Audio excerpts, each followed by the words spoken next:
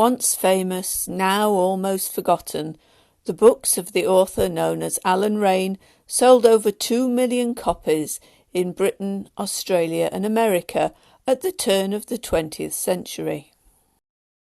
They were tales of romance, hardship, and the now vanished life lived by the inhabitants of villages, farms and isolated cottages on the beautiful Cardiganshire coast.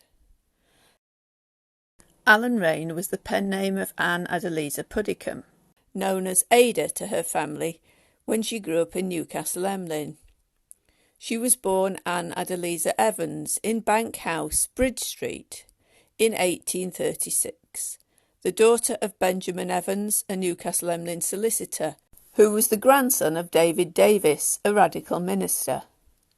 Her mother was Letitia Grace Evans, who was also a lawyer's daughter and granddaughter of the Welsh Calvinistic preacher Daniel Rowland, though both her parents and Allen Raine herself were Anglican. Her writing was sympathetic to both Anglicans and nonconformists, and she understood both kinds of religion well. She left Wales to be educated in Cheltenham by Mr. and Mrs. Solly, Unitarians who moved in literary circles, being friends of the authors Mrs. Henry Wood, George Eliot and Charles Dickens. She then moved to London, where she lived for a while with her sister, and then came back to Newcastle Emlyn when she was 29. She was married in her mid-30s at Pembryn Church to Bainan Puddicombe, a banker, and they then settled in Croydon. From there her husband could commute to his bank in London. But for Ada, life was not pleasant. She was unwell, bedridden, and spent all her time at home.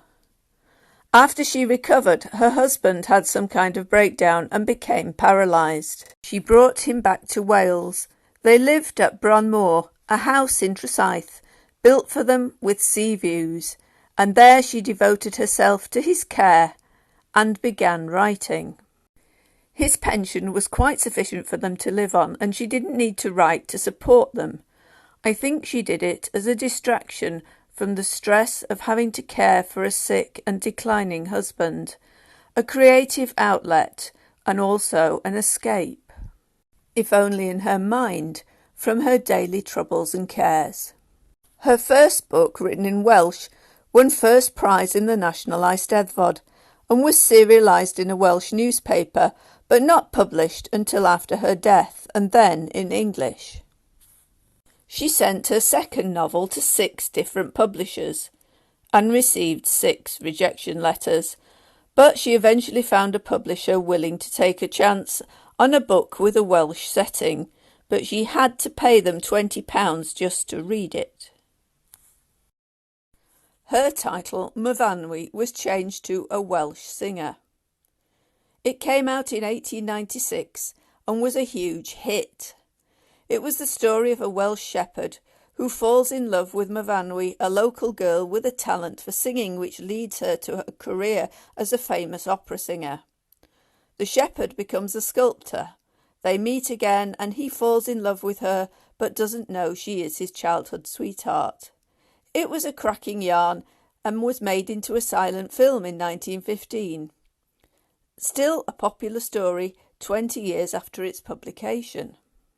She spent most of her time caring for her husband, whose health never improved, and spent 2 hours each afternoon dictating her novels to an amanuensis, Miss Jones, which enabled her to get a book completed and published at a rate of around 1 a year.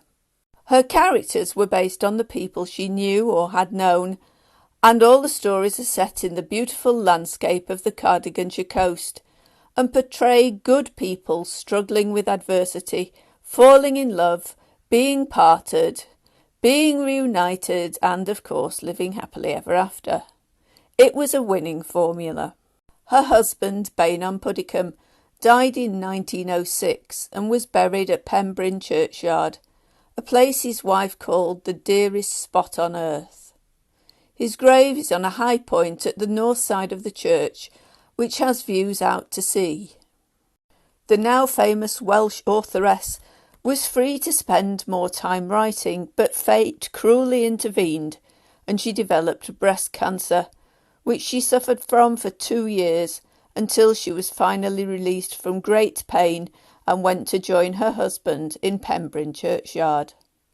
Later, her family gave this brass altar cross to the church in Pembryn in memory of both of them.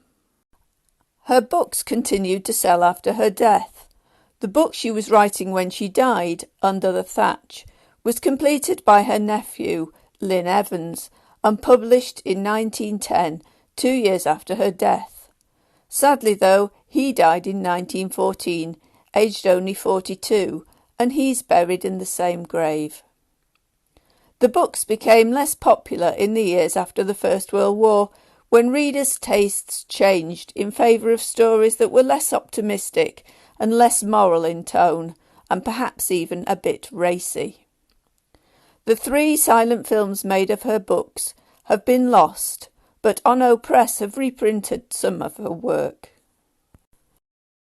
Her many obituary notices in the Welsh press praised her sympathetic writing about Wales, her fondness for animals, her care for others, and her faith.